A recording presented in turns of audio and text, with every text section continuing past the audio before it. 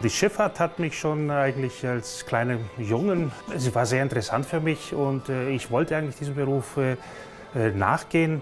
Allerdings wusste ich noch nicht, welche Position ich haben werde. Also Funker wäre eigentlich meine Lieblingsposition gewesen, aber zum Zeitpunkt, als das entsprechend der Traum wurde, da gab es diese Position nicht mehr. Somit habe ich mich zum Kapitän entschlossen.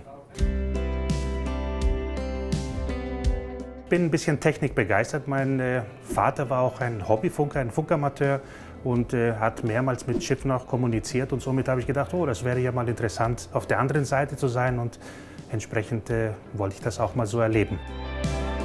Ich habe zuvor für einen anderen Reeder gearbeitet und TUI Cruises ist wohl auf diesen Reeder zugegangen und hat gefragt, ob irgendwelche Offiziere, die Deutschkenntnisse haben, vielleicht zur Verfügung stehen. Und da war ich einer, der sofort entsprechend herausgeholt wurde und direkt dann zu TUI rübergeschickt wurde.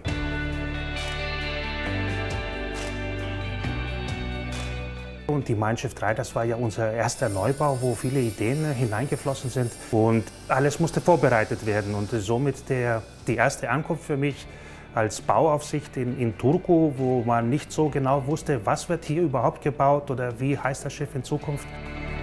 Die Baupläne wurden fast, würde ich sagen, täglich umgeändert und angepasst.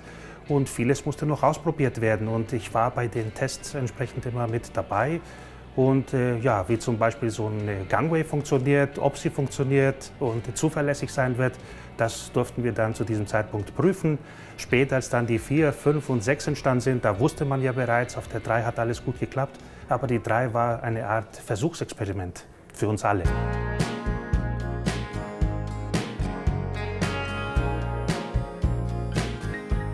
Ich laufe gerne um das ganze Schiff herum. Also es gibt nicht einen bestimmten Lieblingsplatz, aber ich kommuniziere gerne mit unseren Gästen und fange gerne mal das ein oder das andere Lächeln auf von den Gästen.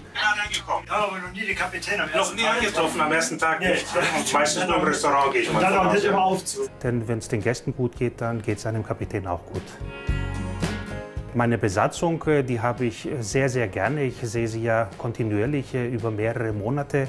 Es ist immer wieder schön, wenn man wieder aufs Schiff zurückkommt und mehrere bekannte Gesichter, die man vielleicht auch über Jahre vermisst hat, wieder mal hier und dort antrifft.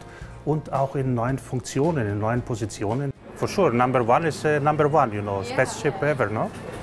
For sure. But the others, I think, go home. The others are going home, yes. If they have bags on their back, then they're going home. But you are the lucky ones who will go for Mein Schiff 3. Ich bin auch sehr froh darüber, dass ich auch die Mein Schiff 1 beim Bau begleitet habe. Und ich konnte somit diese Dame hier auch ohne Bekleidung sehen. Und ja, sie ist auch unter ihrer Farbe wirklich sehr hübsch.